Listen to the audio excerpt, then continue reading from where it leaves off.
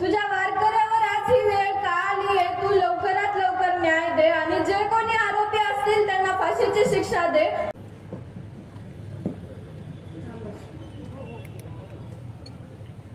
आज एक मानवतेच्या जातीने तुम्ही सर्वजण आलात, तिथे उन्हात थांबलात आणि जे फलक तुमच्या हातात आहेत त्याचा तुम्ही आज उन्हामुळे सहारा घेतात। तसेच माझे वडील आमच्या कुटुंबाचा नाही तर आमच्या पूर्ण गावाचा सहारा होते।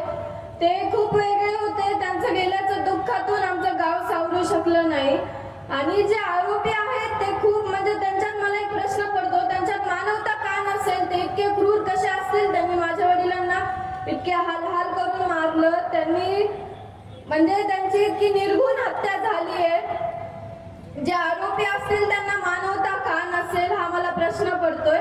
आणि माझे वडील या पंढरपूरच्या वारीत येत होते, त्यांनी एकही वारी चुकवली नाही। या पंढरपूरच्या वारीतून येऊन मी विठ्ठला पुढे साकडं घालते, तुझ्या वारकऱ्यावर आज ही वेळ का आली आहे? तू लवकरात लवकर न्याय दे आणि जे कोणी आरोपी असतील त्यांना फाशीची शिक्षा दे।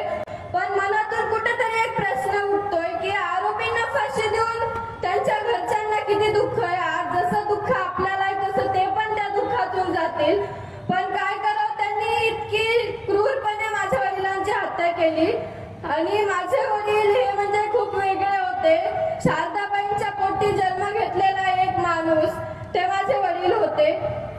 त्यांनी समाजासाठी झुंजले, समाजकार्य केलं आणि शेवट सुद्धा हा त्यांचा समाजासाठीच गेलाय। मला एक खंत वाटते, त्यांना लवकर का न्याय मिळत नाही? पोलीस प्रशासन काय करते? आणि हा जो न्यायाचा लढाई आणि तो हे पाऊल उचललेला आम्ही मागे घेणार नाहीत आणि तुम्ही जसे आमच्या सोबत आहात तसे कायम राहा, एवढीच अपेक्षा करते। धन्यवाद।